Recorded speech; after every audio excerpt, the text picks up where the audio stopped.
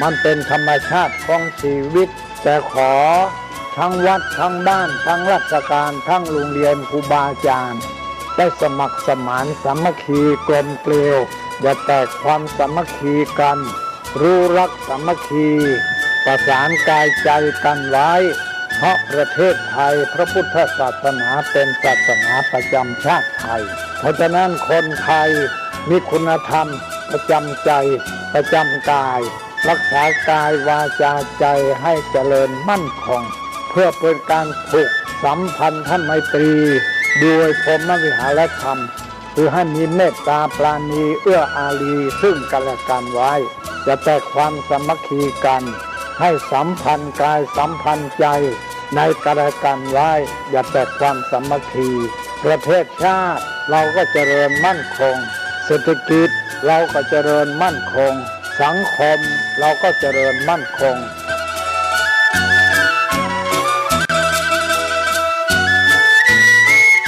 ธรรมะข้อคิดจากพระเดชพระคุณท่านเจ้าคุณพระเทพวิสุทธิคุณด้วยความปรารถนาดีจากสถานีวิทยุพระพุทธศาสนาคลื่นธรรมะเพื่อประชาชน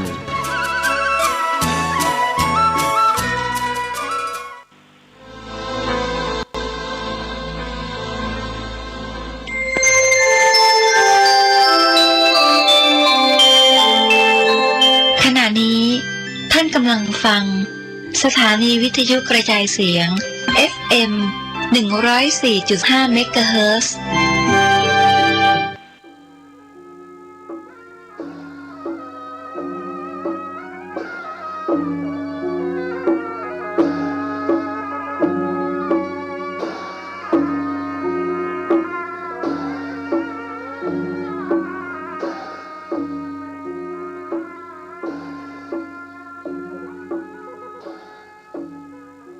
ขอความเจริญในธรรมและความผาสุกทั้งใจจงได้บังเกิดมีกับพ่อแม่พี่น้องท่านสาธุชนคนดีทุกท่านพร้อมกันนี้ก็ยกมือ10 นิ้วกราบอาราธนาเอาคุณพระแก้วเจ้าทั้ง3บุญศีลบุญทานที่ได้กระทำปั้มเปงในอดีตและกำลังจะทำในปัจจุบันคุณพ่อคุณแม่ผู้ให้กำเนิดคุณครูบาอาจารย์ผู้ประสิทธิ์ประสาทวิชาความรู้สิ่งศักดิ์สิทธิ์ทั้งหลายอันมีพระบรมธาตุเจ้าโดยสุเทพและครูบาเจ้าศรีวิชัยเป็นต้นจงมาปกปักรักษาพ่อแม่พี่น้องพวกอุ้ยแม่อุ้ยพ่อหนานพ่อน้อยปู่ป้าน้าอาปู่ย่าตายายลูกเต้าหลานเหลนทุกคนช่องมีความสุขกายสุขใจเหมือนกันกูคนสิ่งศักดิ์สิทธิ์ปกปักรักษาเจริญรุ่งเรืองในหน้าที่การงานนานแสนนานได้เทินท่านผู้ฟังทั้งหลายอย่าไปตกใจว่าวิทยุของท่านบดีเนอะบัดตกใจที่เสียงบดีนั้นก็เพราะว่าเป็นเสียงของตุลุงตะวานี่ออกเสียงวันค่ำก็เลยวัดก็บ่เป็นเสียงมันเสียงไปวันนี้เลยเสียงอัดไว้แต่ก็ฟังได้อยู่บัดตกใจอย่างเด้อต่อไปมากันไหว้พระเนอะเพื่อเป็นสิริมงคลกับตัวกับครอบครัวต่อไปว่าพร้อมกับตุลุงเด้ออะระหังสัมมาสัมพุทโธภควาพุทธังภวันตังอภิวาเทมิกราบสวากขาโตภควตาธัมโมธัมมังนัมสสามิกราบสุปฏิปันโนภควโตสาวกสังโฆสังฆังนะมามิกราบอันธรรมยังพุทธัสสะภควโตบุพาภาคณะมะกะลังกะโลมาเสนะโมตัสสะภะคะวะโตอะระหะโต สัมมาสัมพุทธัสสะนะโมตัสสะภะคะวะโตอะระหะโตสัมมาสัมพุทธัสสะนะโมตัสสะภะคะวะโตอะระหะโตสัมมาสัมพุทธัสสะพุทธังสรณังกัจฉามิธัมมังสรณังกัจฉามิสังฆังสรณังกัจฉามิตุติยัมปิพุทธังสรณังกัจฉามิตุติยัมปิธัมมังสรณังกัจฉามิตุติยัมปิสังฆังสรณังกัจฉามิตติยัมปิพุทธังสรณังกัจฉามิตติยัมปิธัมมังสรณังกัจฉามิตติยัมปิสังฆังสรณังกัจฉามิอิติปิโสภะคะวะอะระหังสัมมาสัมพุทโธวิชชาจารณะสัมปันโนสุขโตโลกาวิทูอนุตตโลปุริสาธรรมสารถิสัทธาเทวะมนุษสานังพุทโธภควาเตสวากขาโตภควตาธัมโมสันติติโกอากาลิโกเอหิปัสสิโกโอปัญญิโกปัจจตังเวทิตาโพวินโยหิติสุปฏิปันโนภะคะวะโตสาวกสังโฆอุจุปฏิปันโนภะคะวะโตสาวกสังโฆญาญาปฏิปันโนภะคะวะโตสาวกสังโฆสามิจิปฏิปันโนภะคะวะโตสาวกสังโฆญาติตังจัตตาลิปุริสา ยุคานิอัฏฐาปุริสาภุกลาเอสาภะคะวะโตสาวกสังโฆอาหุนยโยปาหุนยโยตักขินยโย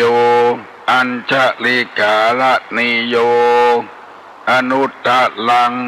ปุญญเขตังโลกัสสาติกราบหนึ่งกราบสองกราบสาม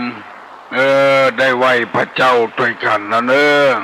ขอขอบคุณขอยินดีกับพี่น้องกันหลายทุกคนฮัลโหลครับตกลงครับผมไหวพาไปตกลงแล้วครับไหวพาไปตกลงแล้วดีละเสียงดีก็ครับเสียงตัวลุงพอดีนะเสียงแหบหน่อยนะเป็นวัดเนาะเป็นวัดครับตีแล้วครับว่าโชคดีเนอะ ยินดีกับกุขนเนอะบ้านสังกะแปงโทรมาบอกว่าได้ไหว้พระแล้วตีเสียงบดีนะก็เพราะเป็นวัดตะวานี่ออกเสียงวันค่ำหนึ่งเมื่อเจ้ามาออกรายการสองไปสวดมนต์ขึ้นบ้านใหม่กินข้าวง่ายบ้านใหม่แล้วไปสวดมนต์ป่วยหลวงลูกป่วยหลวงมาแล้วก็ปีกมาบวชพระเจ้าแรมใจเสียงนักลำไปคนป่วยไม่ใช่คนธรรมดา อดสาฟังไปเนอะบนพุกก็ดีละอดสาฟังไว้เนอะขอบคุณกับพี่น้องทั้งหลายกุคนเนอะอดสาพยายามฟังตุลุงวันนี้จะได้นำเอากรรมเก่ามาเล่าให้พี่น้องทั้งหลายฟัง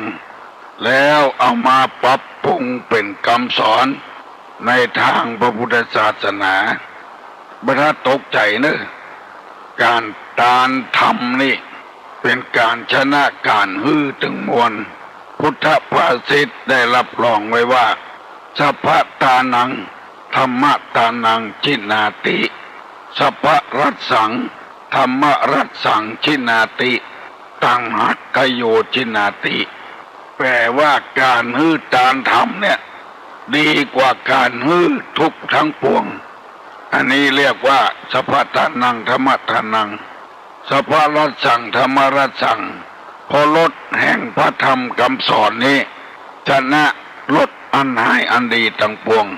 เพราะสอนให้คนหมดตัณหาหมดกิเลสหมดความโลภความโกรธความหลงให้นาสาโทกับลูกกับเต้ายังเป็นพิษเป็นภัยแบ่งบัดเต้ากันพิษหัวกันแบ่งเงินแบ่งคำก็พิษหัวกันบางทีเอามาฆ่าตัวเก่าแบ่งที่ให้ตีนาตีบ้านที่จองนื้อเขาโมโลนมาเขาไปขายจดจะหมดเบื้องไผ่ก็บ่ได้การฮื้อทำนี่เป็นตานี่ทำมือคนมันดีขึ้นได้คนดีไว้กับบ้านกับเมืองก็เป็นการดีแล้วเพราะฉะนั้นการฮื้อตานทำนี่ยอดเยี่ยมตุลุงจึงฮื้อทำเป็นตาลเพราะว่าไผ่ก็ว่างฟังตุลุงถึงวันเข้าใจดีมีสาระมีประโยชน์กำบักเก่าเป็นว่าจังอี้จ้างบัดตายจะไปทอดงาป่าบัดตายจะไปทอดเงี้ยงจำไว้เนอะจ้างบัดตายบดีทอดงาป่าบัดตายบดีทอดเงี้ยงมีความหมายว่าจะใดจ้างยังเป็นอยู่มันจะใจงามมันทำประโยชน์อยู่ป่าบัดตายมันจะใจเงี้ยงมันปักมือคนอยู่ฟังไปทอดของเปิ้นเตื้อถ้าทอดออกไปแล้วมันจะบ่มีศักดิ์ศรีบ่มีอำนาจ อุปมาฉันใดคนเหล่านี้มีอำนาจอยู่ฟังทอดอำนาจหรือไผ่เตื้อฟังทอดอำนาจหรือไผ่เตื้อพ่อก็ดีแม่ก็ดีเท่าแก่แล้วจะไปฟังโอนให้โอนนาโอนที่บ้านจานส่วงหรือละอ่อนเตื้อทำพินัยกรรมไว้แล้วก่อนว่าตายไปแล้วจะมอบที่บ้านจะมอบเงินจะมอบให้นาสาโทมอบรถคนนั้นคนนี้ทำพินัยกรรมไว้ตายไปแล้วเขาไปโอนคนเดียวเมื่อเขายังบัดตายนี่ไปโอนเขา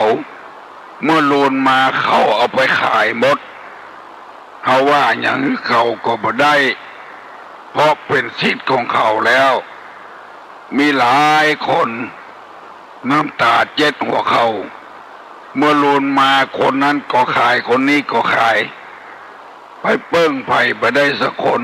นี่ไปบวชอยู่วัดเอกก็มีบัจจัยมีเป็น5เป็น6มีเป็น10เป็น100ปุ่นจำไว้เนอะเมื่อเขายังบัดตายไปฟ้อง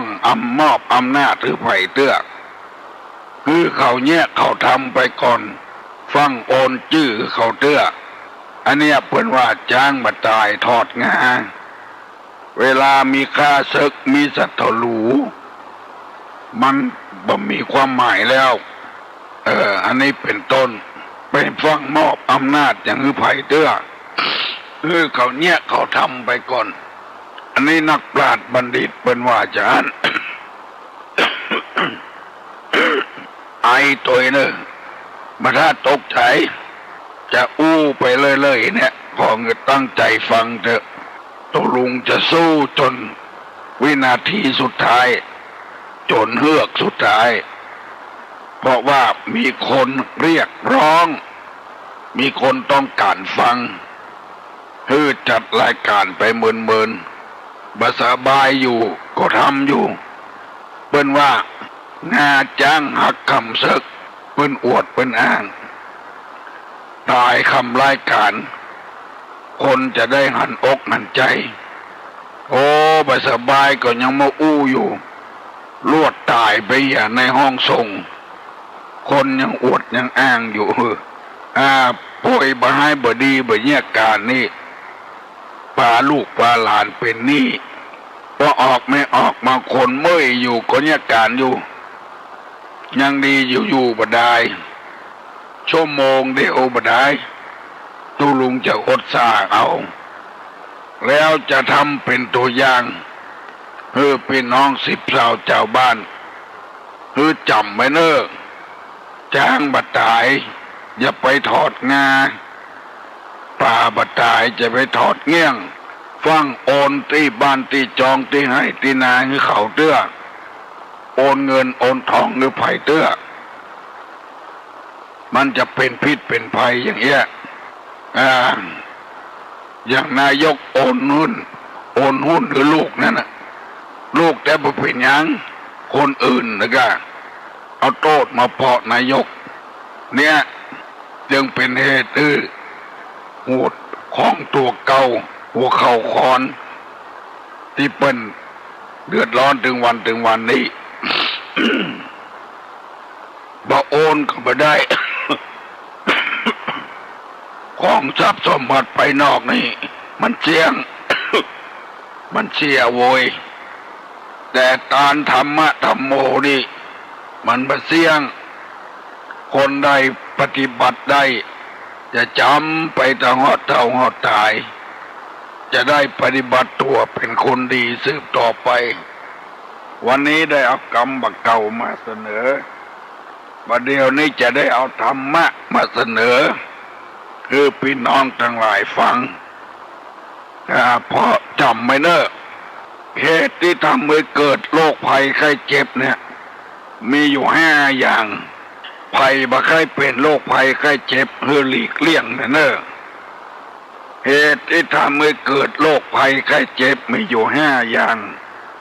1. กินเหล้านักลำไป 2. ขอโทษเถอะเสพเมถุนนักลำไปบอกว่าปดจายบอกว่าไม่ยิงเสพเมถุนนักลำไปบพรปัญญา 3. เพราะกันอุจจาระปัสสาวะ 4. เพราะนอนหลับเมื่อวัน 5. เพราะตื่นเมื่อคืน 5 อย่างเนี่ยเป็นเหตุเกิดโรคภัยไข้เจ็บอายุสั้น 1. เพราะดื่มน้ำเมามากเกินไป 2. เพราะเสพเมถุนมากเกินไป 3. เพราะกันอุจจาระปัสสาวะ 4. เพราะนอนหลับกลางวัน 5. เพราะตื่นกลางคืนอดสาวเนอะวันเดียวบ่ได้แล้วตุลงจะได้อธิบาย5 ข้อนี้คือฟังข้อที่ 1เพราะดื่มน้ำเมามากเกินไปเพราะน้ำเมาเข้าไปในท้องแล้วมันจะไปทำลายปอดไปทำลายตับเนี่ยคือปอดแข็งเนี่ยคือปอดบวมเนี่ยตับแข็งเพราะว่าฤทธิ์ของเหล้าฤทธิ์ของแอลกอฮอล์มันนักเกินไปอันนี้หมายความว่ากินมากเกินไปดื่มมากเกินไปจนบ่ฮู้เมื่อวันเมื่อคืนหน้าบวมมาเหาะมาแหะเกิดเป็นโรคภัยไข้เจ็บอายุสั้นตัวเองอันนี้ข้อ 1เนอะเพราะฉะนั้นถ้าอดบ่ได้ก็กินพอหายพอดีจะไปกินนักลำไปอันนี้ดื่มน้ำเมามากเกินไปเป็นข้อที่ 1 2เพราะเสพเมถุนมากเกินไปอันนี้ตุลงจะบ่อู้นักเพราะเป็นเรื่องของชาวบ้านกำลังเอามันสู้บ่ได้บอกว่าปดจายบอกว่าไม่ยิงจะทำให้เกิดโรคไต ผอมแห้งแรงน้อยเป็นสาง เรื่องเอื้อเจื้อไว้ถ้าเป็นอย่างอี้อันนี้ขอหยุดแต่อี้ก่อนเรื่องข้อสองนี่ข้อที่สามเพราะกั้นอุจจาระปัสสาวะกั้นขี้กันเยี่ยวอันนี้ตุลุงพูดได้เต็มปากเพราะว่าตอนไปเทศนั้นลอยวันลอยคืนกินข้าวงายแล้วก็เทศกินข้าวตอนแล้วก็เทศเมื่อคืนก็เทศเพื่อไปแผ่วแล้วแทนที่จะได้ขี้ได้เยี่ยวอย่างก่อนบัดได้ขี้ได้เยี่ยวสักคำนิมนต์ขึ้นบนธรรมาสน์ไปแล้วก็ตึงบัดได้แวะเยี่ยวอยู่ธรรมาสน์แทบ2 ชั่วโมงก็บัดได้เยี่ยวก็เลยทำมือไตทำงานนักลำไปก็เลยเป็นไตวายเหมือนกับเอาของแจ้ในน้ำอันนี้เป็นต้นเลยเกิดที่เป็นไตวายเพราะกันขี้กันเยี่ยวขอวิงวอนขอบอกคือพี่น้องทั้งหลายเนอะถ้าใครขี้ก็ไปขี้อย่าโวยจะไปกั้นมันไว้ถ้าใครเยี่ยวก็ไปเยี่ยวให้โวยจะไปกั้นมันไว้บอกว่าปดจายบอกว่าแม่งยิงอายุจะได้ยืนขึ้นทำน้อยจะไม่ได้เป็นโรคไตวาย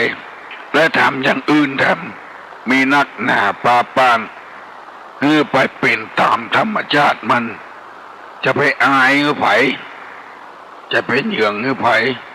เพราะความอายนะจึงเป็นโรคไตเป็นวัดโดยแถมเพราะการขี้กันเยี่ยวอันนี้เป็นข้อที่3เพราะกั้นอุจจาระปัสสาวะจึงเกิดหรือเป็นโรคข้อที่4เพราะนอนหลับเมื่อวันนี้เพิ่นเอาไปแยกการแล้วบัดเนี้ย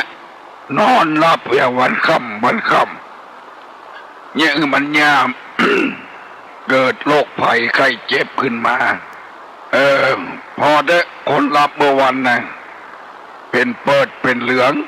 เป็นสลืมสลือกินข้าวบะลำกินน้ำบะลงไผ่หูตัวนอนหลับเมื่อวันนักคือพยายามย่างอย่าเน้อจะเกิดโรคภัยไข้เจ็บฝรั่งญี่ปุ่นมันบ่ได้ผลเพราะธรรมชาติเปิ้นให้เอาวันเมื่อวันเนี่ยการเอาเมื่อคืน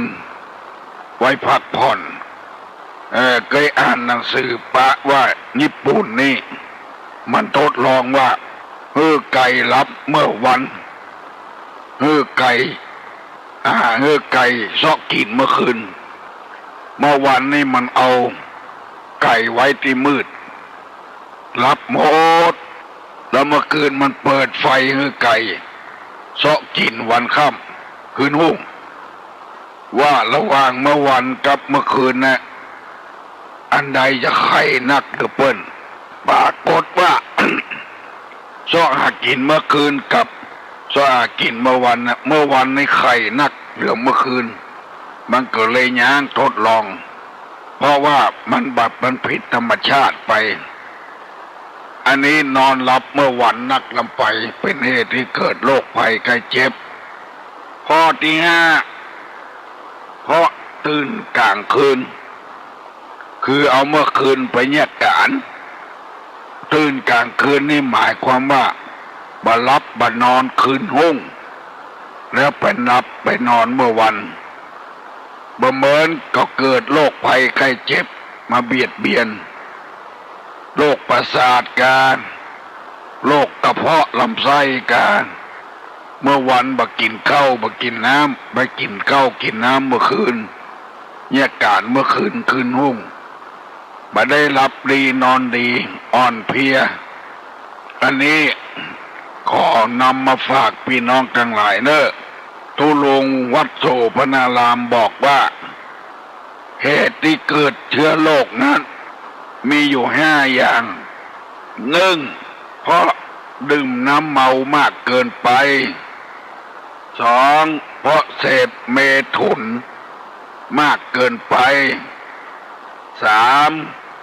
เพราะกันอุจจาระปัสสาวะสี่เพราะนอนหลับเมื่อวันห้าเพราะตื่นกลางคืนอันนี้ฝากพี่น้องทั้งหลายไว้คือได้นำไปพินิจพิจารณาถ้ามันเป็นอย่างอีแต่ภัยบาดใกล้คือเกิดโรคภัยไข้เจ็บก็พยายามหลีกเลี่ยง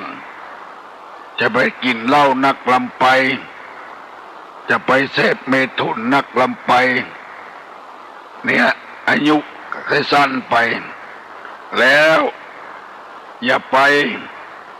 กั้นอุจจาระปัสสาวะจะไปนอนเมื่อวันจะไปตื่นเมื่อคืนห้าอย่างนี้นำมาเสนอพี่น้องชาวบ้านทั้งหลายฟังสถานีวิทยุนี้เป็นสถานีวิทยุชุมชนเพื่อให้ชุมชนเอาเข้มแข็งรู้เรื่องราวต่างๆเมื่อตะวานี่ไม่ออกทางสันกะแปงโทรมาหาติตุลุงว่าบ่ได้ยินสถานีวัดเพราะเปิ้นบ่ถ่ายทอดจึงบ่ได้ยินสถานีวัดนี่มันแคบ30 กิโลแค่อดสาฟังไปเถอะเนอะตั้งไกล15 กิโลตั้งเหนือ15 กิโลตั้งวันออก15 กิโลตั้งวันตก15 กิโลสันกำแพงมันเกิน15 กิโลไปแล้วมันบ่ได้ยินถ้าเปิ้นถ่ายทอดเมื่อใดจะได้ยินเมื่ออันขอแจ้งให้ทราบและพร้อมกันนี้ขอขอบคุณพี่น้องกอกเก้าพี่น้องบ้านให้แม่กุ้งไปพระบาทสี่หอยมาแล้วมาแวะหาตุลงได้ยินกระเสียงบาหันตัวกำเตื้อหันเมื่อหนุ่มตุ้ยหันเพราะว่านี่เลยตกใจว่าถ้าตกใจอย่างเน้อตุลงยังมีกำลังใจอยู่ขอให้พี่น้องทั้งหลายช่วยให้กำลังใจตุลุงนักๆตุลุงจะนำเอาคำสอนมาฝากพี่น้องทั้งหลายนักๆเพื่อให้ได้ปฏิบัติธรรมเพื่อให้ได้ฟังธรรมนักๆแล้วเราจะได้ปรับปรุงแก้ไขตัวเก่าเราฟังแล้วอย่าไปเอาฮื้อไผ่เนอะอย่าไปเอาฮื้อไผ่หมอนั่นก็บ่ดีหมอนี่ก็บ่ดีอย่าไปเอาไปว่าเนอะฮื้อสอนตัวเก่านักๆเป็นห่วงตัวเก่านักๆถ้าสอนลูกสอนหลานนี่บ่เป็นหยังสอนคนอื่นนะที่ไม่ออกถามแต่ว่าตานจ้อกาตานตุงกาอายุบ่ถึง60บดีตานเจ้าต้อเจ้าจอนตานจ้อเต้าอายุตานตุงเล็กตุงตองบางคนว่าบดีตานไปเตอะบ่ออกไม่ออกตุงเล็กตุงตองก็ตานไปเตอะจ้อเต้าอายุก็ตานเตอะตุงก้าคิงตุงยาวปวยหลวงก็ตานไปเตอะอายุเท่าใดก็ตานไปเตอะตานคือการให้การฮื้อเฮาอยู่ตึงวันเพราะการฮื้ออากาศฮื้อเฮาได้ลมหายใจแผ่นดินฮื้อเฮาได้ย่ำความร้อนจากแสงพระอาทิตย์ฮื้อความอบอุ่นแก่เฮา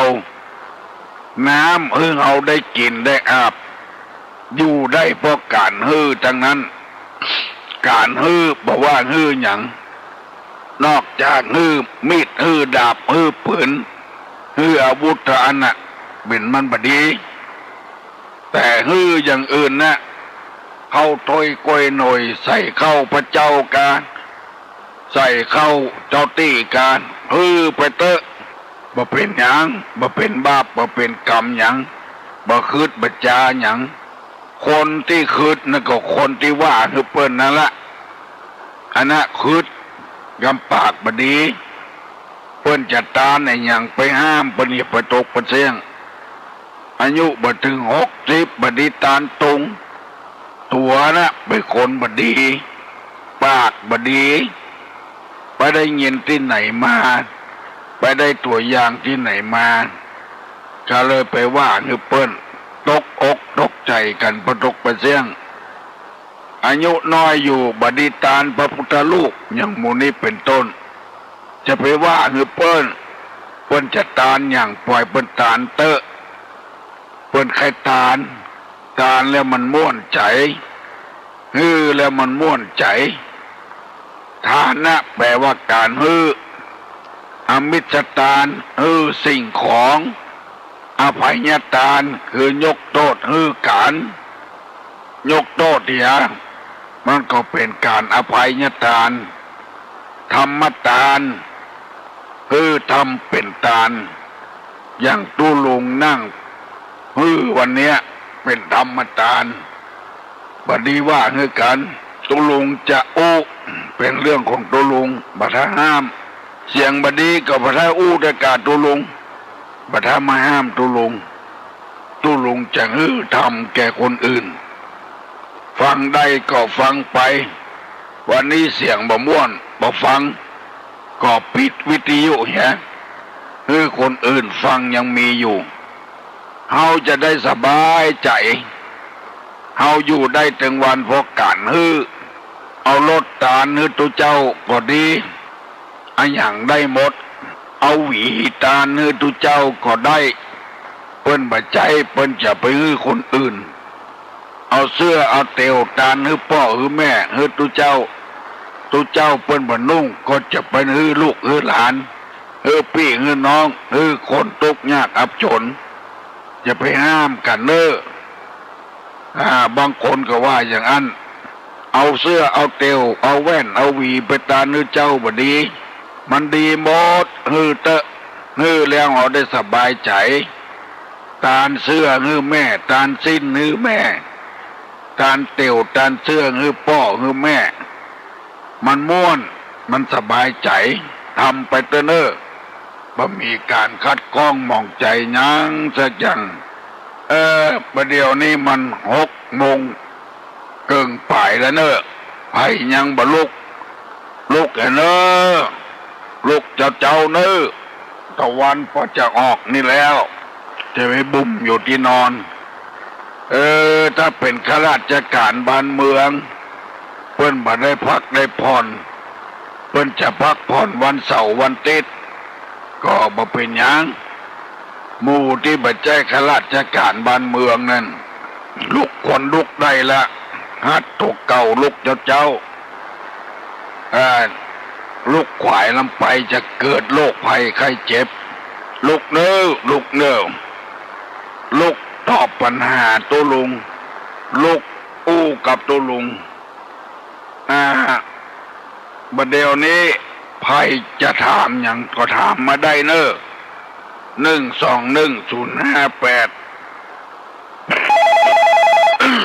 ถ้าประถามตัวลุงจะถามฮัลโหลนมัสการตุลุงเจ้าตุลุงว่าหันกรรมแล้วเจ้าจ้างมาตายทอดงานนะเจ้าเจ้าละเจ้า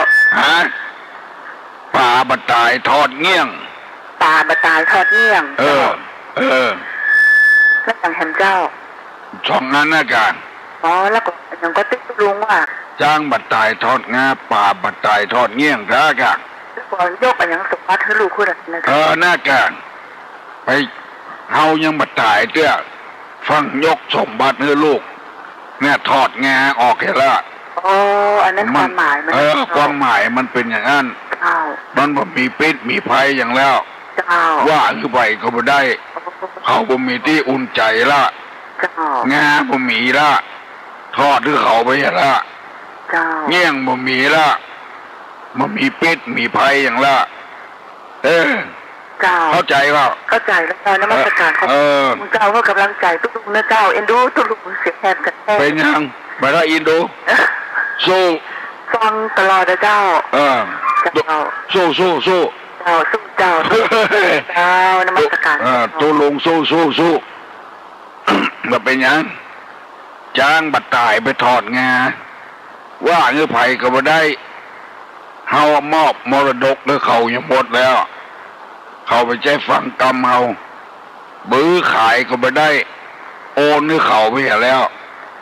คือทำพิษในกรรมไว้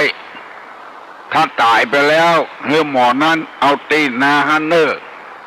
คือหมอนั้นเอาตีสวนนั้นเนอร์คือทำพินัยกรรมไว้เมื่อเขายังบัดตายเพื่อเขาจะได้เลี้ยงได้พอเขาถ้าเขาไปขายกินเสี่ยงแล้วเขาจะบ่พอเขามีที่อุ่นใจเนี่ยโบราณเพิ่นว่าอย่างอี้ตุลุงก่อนถึงวันเนี่ยการงานเนี่ยยังกูยังมอบเพื่อลูกศิษย์หมดถึงการเงินการทองแต่อำนาจการเป็นตู้หลวงนะบื้อเขาไปได้คำเดียวเขาอย่ามาเค้กของเขาทำละเขาบ่มีสิทธิ์อย่างละเขายังเป็นเจ้าอาวาสอยู่แล้วก็เงินมูลนิธิก็ดีเขายังเป็นประธานอยู่มีประธานกูยังอะ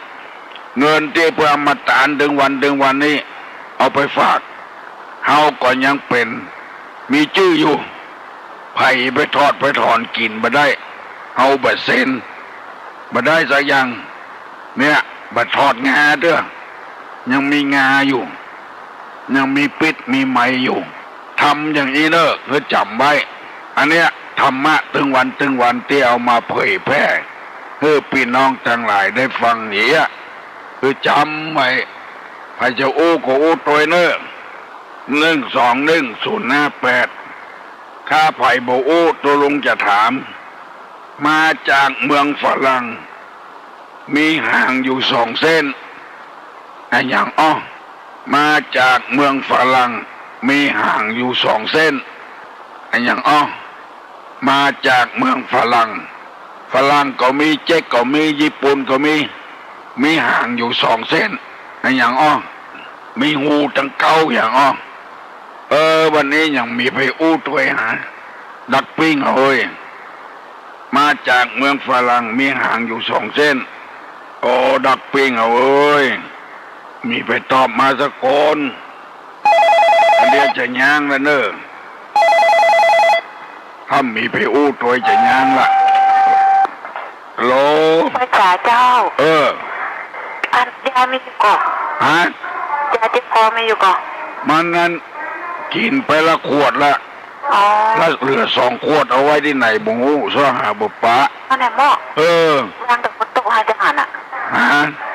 บนโต๊ะหน้าทีวีให้จ้ะมันมีหน้าทีวีกินไปละหมดละหน้าทีวีฮะแถม2 ขวดเนี่ยเอาไว้ไหนหมูแต่หน้าทีวีฮะจ้ะกินหมดละอันไอ้ของก็กินน้ำอุ่นนักเนาะ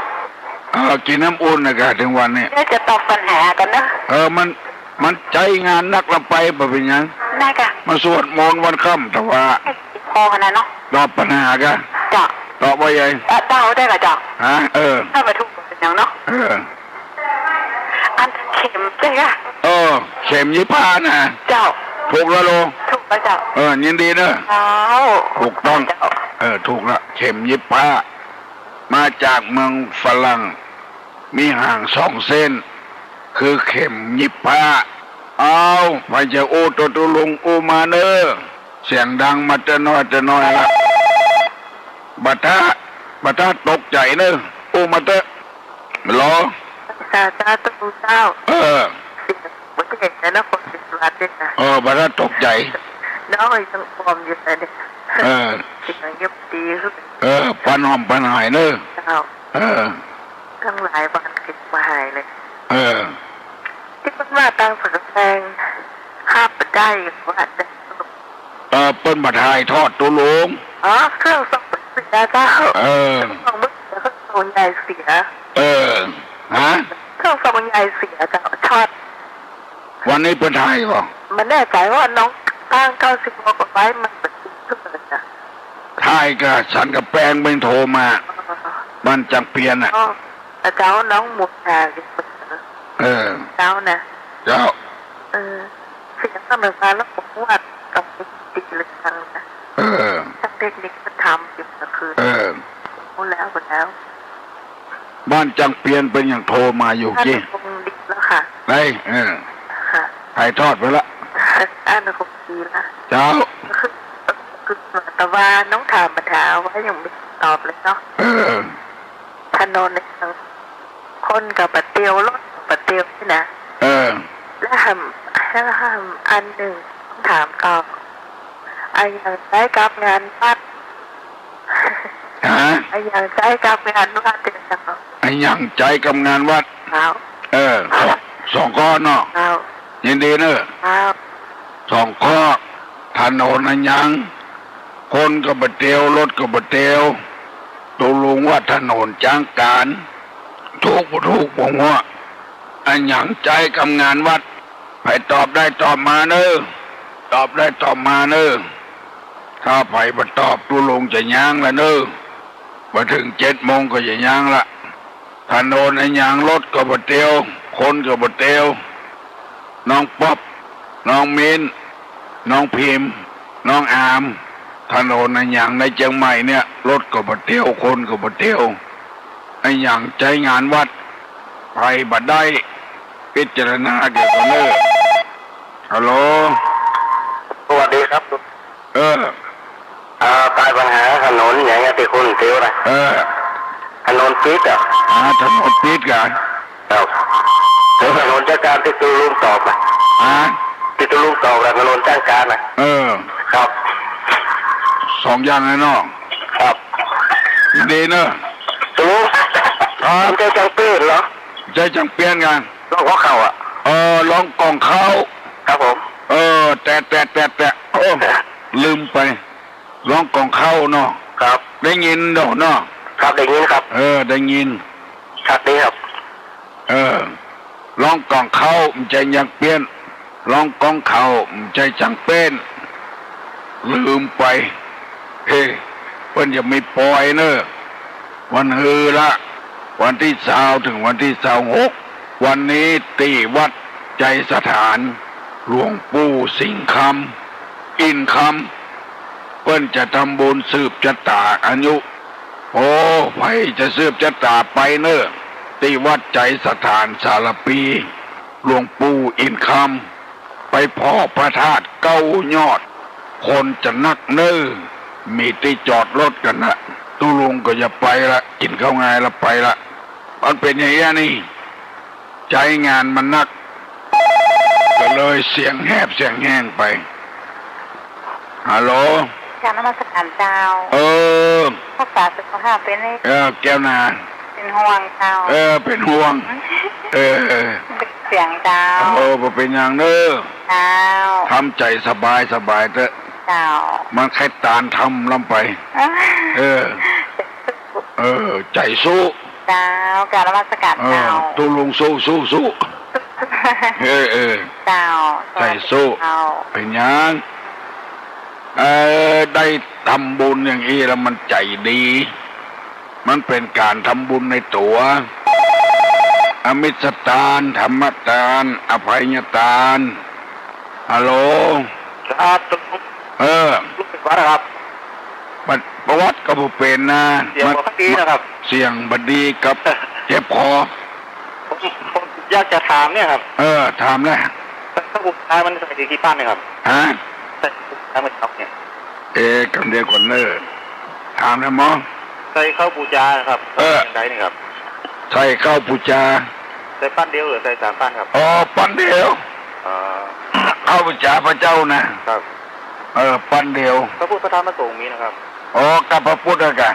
ครับ กับพระพุทธนะครับ สวัสดีครับ พระสงฆ์เราใส่บาตรแล้วลูก ครับ เอาใส่บาตรตักบาตรละ ครับ ใส่กับพระเจ้าเนาะเป็นอมิตรสัพพุจาจะไปย่างเนอะ ครับ ทำไปเถอะเฮายังได้กินพระเจ้าก็ได้กินตัวเฮาครับผม ทำมือมันสบายใจเปิ้นก็บ่จะกินทำมือสบายใจเนอะ ครับ ใจเนาะ ครับ โชคดีเนอะทำมือสบายใจทำไปเถอะอันใดที่มันตัวก็ดีคนอื่นก็ดี อันนั้นทำไปเตอะตัวเองบัดดีและคนอื่นบัดดีจะไปทำอันใด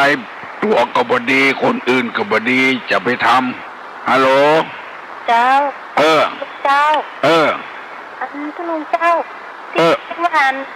ถ้าเฮาไปถ้าเฮาไปขันสามเลยเนาะถ้าเฮาเอาดอกโยงคือ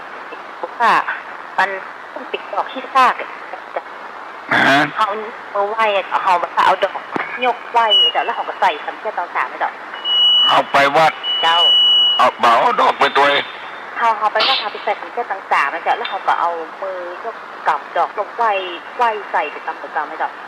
บางคนเป็นโบราณมันก็เป็นดอกซากไม่ดอกก็จะเอาใส่ธรรมดาไม่ดอกจะแตกกว่านะ โอ้ดอกขี้ซาก เจ้าของเขาใส่สำเร็จตอนสามไม่ดอกไหวผู้กรรมไม่ดอกเอาดอกโยงไหวติดผู้กรรมไม่ดอกมันแท้แบบนะ โยง เจ้า โยงเอาใส่ เจ้า พอบดี เนี่ยเราจะเพิ่งว่ามันเป็นดอกชา เอาใส่ไปเลย เจ้าจะเพิ่งว่าเอาใส่ โอ้โยงกะสัจจาธิษฐานขอปูชาพระพุทธขอปูชาพระธรรมพระสงฆ์ควงแก้วทั้งสามอธิษฐานเนี่ยก่อนกะ เจ้าอธิษฐานก่อนนะจ๊ะเนาะเป็นกรรมอธิษฐานดูไปจะขี้ซากวะเพราะว่าเขาแต่ตอนแรกๆนี่เขาไปเขาโยงก่อนได้เลยโยงนะอธิษฐานนะเจ้ายื่นโยงนั่นนะแต่ตอนเขาใส่นี่แบบว่าเอาไหวผู้กรรมเนี่ยไหวกันใส่ไหวแล้วใส่อ่ะไหวก่อนอธิษฐานใส่ก่อนแล้วใส่ปุ้นแรกว่าอรหังปุ้นที่สองว่าปัจเจตจัตตังปัจจัตตังปุ้นที่สามว่าเนี่ยทิทังจำได้ก็เจ้าพุทโธละหังนะจ๊ะเนาะพุทอรหังอรหังเจติตังปัจจตังเจติตังยติตังเจ้าว่าหรออรหังปัจจตังเจติตังปุ้นแรกว่าอรหังปุ้นที่สองว่าปัจจตังปุ้นที่สามว่าเนี่ยติตังติตังนะจ๊ะเนาะว่าแล้วมั้งอรหังปัจจตังยติตังเจ้าถูกแล้วเนอะเจ้าของเจ้าโยงเตอะเจ้าโยงอธิษฐานเนี่ยก่อนเจ้าบุญนักฐานเนอะเจ้าไว้สาเจ้าดีละอย่างเงี้ยถามมาเตอะถามตุลุงมาเตอะตุลุงจะบอกเนอะฮัลโหลไปสาเจ้าตุลุงเจ้าจะเป็นตอบกับที่ยังมาถูกแต่จะระเบียบอะไรคะจังการอ่ะการก็ยังมาถูกแต่จะถนนปิดรันเวย์เจ้าตลุงวันเวย์รันเวย์ที่เครื่องบินของเจ้าวันเวย์รันเวย์คนก็เตียวมาได้รถก็เตียวมาได้ยินดีเนอะใจขึ้นเนาะอดบัดได้ก็ตอบไปกรรมมันวันเวเปิ้นไปตะวันตกอย่างเดียวตะวันออกก็ไปบัดได้เปิ้นไปทางใต้ทางเดียวทางเหนือก็เดินมาบัดได้ ถนนวันเวจำไว้เนอะถ้าไปบัดได้ก็จำไว้เนอะต้นอยู่ฝั่งนี้ปลายชี้ฝั่งโน้นไอ้ยังต้นอยู่ฝั่งนี้ปลายจีฝั่งโน้นไอ้ยังโวยเนอะเดี๋ยวตุลงจะย่างละจะ7 โมงละต้นอยู่ฝั่งนี้ปลายจีฝั่งโน้นไก่ยังไม่มีหาวันนี้หามีการร้องกล่องเข้าทีเดียวเนอะไก่นะต่อมาพ่องโลหางโดงสันปะตองดอยสะเก็ดฮัลโหลสวัสดีเจ้าน้องพิมพ์เจ้าจะตอบปัญหาที่จะลุงถามมาเป็นเจ้าตอบว่าเบสไม่ถูกเจ้าต้องตอบเพื่อมันถูกแต่นั้นแบบน้อยกับเบสอย่างเดียวยังบ่ถูกแต่คนจำเจ้าไอ้ยังเบสกันเบสนั่นกะกันเบสเนาะเจ้าฝ่ายมันอยู่มันอยู่ทางเพเนาะเจ้าฝ่ายมันอยู่ทางปูนเจ้าของตุลุงหายไปเลยเจ้าน้องพิมพ์กับน้องป๊อบ น้องพิมพ์เจ้า น้องพิมพ์เมื่อเกิดเนาะ เจ้า โอ้คนพวกก็ดีละแต่ว่าบ่ได้มันเนี่ยกาศนักตั้งก่อนงายมาละก่อนงาย2 ตี้กินก็งายแล้วติ้งกินก็ตอนนะแถมติ้งมันนักลงไป เจ้า ใจเสียงนักลงไป มันก็แหบไปหน่อยยินดีเนอะที่เป็นห่วงนะ เจ้า ยินดีเนอะที่เป็นห่วงเอาแต้มสายเอาไปจัดอู้กับตัวลุงอู้มาเนอะฮัลโหล ครับ น้องอามค่ะ ครับ น้องอามว่าอย่าง โทรมาพูดกับตัวอุ้ยครับ โอ้เป็นห่วงตัวอุ้ย ครับ อู้ ตัวอุ้ยหายนะครับ หายเว้ยๆเนาะ ครับ ได้อู้ถึงวันได้ ครับ น้องอามตอบตัวอุ้ยบอก ก็ ต้นไม้อะไรอย่างที่ไม่ชอบไปก่อน ต้นอะไรไม่ชอบไปก่อน ตอบได้ก่อนต้นไม้นะมันไม่ชอบไปก่อน ต้นอะไรอย่างอ้อ ต้นไม้ วันหน้าเนาะ ครับ เฮ้ยคนอื่นตอบเนาะ ครับ ยินดีเนอะเป็นห่วงตัวอุ้ยนะครับ ครับ สัก ครับสวัสดีครับ ต้นอะไรอย่างที่ไม่ชอบไปก่อนเนาะไปตอบได้ตอบมาเนอะ7 โมงแล้วนะให้อู้วันค่ำอะให้อู้วันค่ำแต่การมันนักฮัลโหล ฮัลโหลสวัสดีเจ้า ใครฮะ อันน้องพิมพ์มันคือเจ้า น้องพิมพ์อยู่ เจ้า มึงเกิดอยู่ เจ้า ต้นอย่างอ้อ ต้นกล้วยมันเจ้า เออ น้องพิมพ์นี่เก่งแต่แปลว่าอย่างต้นกล้วย แปลว่าอย่าง เจ้า ฮะ เจ้าเจ้า หมู เจ้า ต้นกล้วยกับต้นโก้นน่ะกันเฮ้ยมันไม่ชอบไปก่อนน่ะ มันต้นโก้นน่ะต้นกล้วยอ่ะ น้องต้นเท้าขา ใบวาเดียวไอ้อย่างอ้อต้นเต้าขาใบวาเดียวไอ้อย่างอ้อห่างดงก็ดักปิ้งเน้อมาเดียวนะสันปัดตองก็ดักปิ้งพอนานจูก็ดักปิ้งหลายวันนะเน้อพอนานจูบ่ได้อู้กับตุลุงนะทางในเวียงนี่ก็ดักปิ้งทางซ้ายก็ดักปิ้งแม่แต่งก็ดักปิ้งเน้อ ฮัลโหล1211058ฮัลโหลฮัลโหล2 โล 3 โลตั้งเม็ดแต่งก็ดักปิ้งเนื้อประเดียวนะสันทรายก็ดักปิ้งถ้าบอกฟังแล้วก็เลิกฟังแล้วก็ ต้นเต้าขาใบวาเดียว เจ้าตุลุงเจ้า ต้นกล้วยเจ้าสันทรายมาแล้วเนอะเจ้า สันทรายมาแล้ว เจ้าสันทรายสันต้นเปล่าเจ้า เสียงดังฟังชัดบอก เจ้าชัดดีเจ้า ต้นกล้วยเจ้าตุลุง ต้น เจ้าก ล้วยนะอันเดียวกันนะ เจ้า อันต้นแบบไปก่อนนั่นนะ เจ้า ต้นโคนนะ เจ้า ต้นกล้วยนะยินดีเนอะ เจ้านวัตกรรมเจ้า บอกที่อยู่ด้วยทำเหมาะแล้วมันมีไผอู้อย่างละน้องตุลุงจะปั่นปอนหรือมีโจกมีใจเนอะอยู่ก็คือมีโจกมีใจไปทางใดก็คือได้โจกได้ลาบเอาใจกันฮัลโหล เจ้าตุลุง สถานีอื่นยังแฝกอยู่นะเจ้า ฮะ สถานีอื่นยังแฝกของฉันตุลุงนะเจ้า แทรกอยู่กะ เราเสียงทุกคนน่ะ แต่ ฟังถ้าไปฟังได้สักการนี่นะมันแฝกขึ้นมาได้เลยสิตาเสียงกวน มีเสาอากาศกับวิทยุอ่ะ เจ้า ฮะ เจ้าก ดเสาอากาศพ้องกดไปกดมา เจ้ากับปั๊บไปนายมันเกี่ยวกับขับเป็นสถานีนะเจ้า ผมได้ยินอยู่แต่ เจ้า จะมาเตอเอ้ยฟังพ่อง ฟังมันได้ยินชีวิตใหม่เลยก็ได้ จะได้ได้ เจ้าได้สักเจ้า เจ้า โชคดีเนอะ เจ้า บุญรักษาเนอะ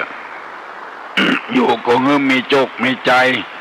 ออกบ้านกาขายลายล่องต้องบ้านเตียวเมืองดังใดก็คือได้โจกได้ลาบผ้าแป้ชนะข้าศึกชัตลูคือได้อยู่ดีมีสุขอายุมั่นขวัญยืนเนอยกมือไหวเนอสัพปีติโยวิวัจจันตุสัพพะโลโกวินัสสตุมาเต ภวะตวนตาลาโยสุขีติคายุโกภวะอาภิวาตานาสีริสานิจจังพุทธาปจายิโนจัตตาโลธรรมาวัฏันติอายุวันโนสุขังปลัง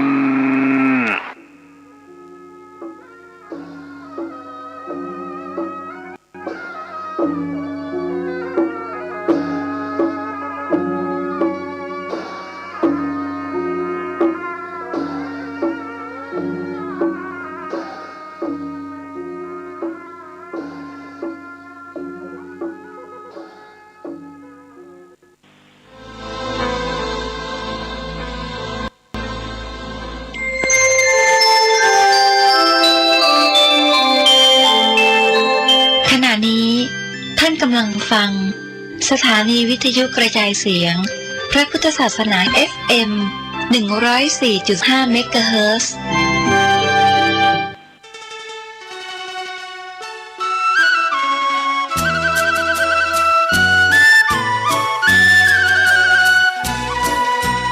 ความเจริญมั่นคงอยู่ที่ความเสียสละอดทนมั่นคงแข็งแรงแสวงครับ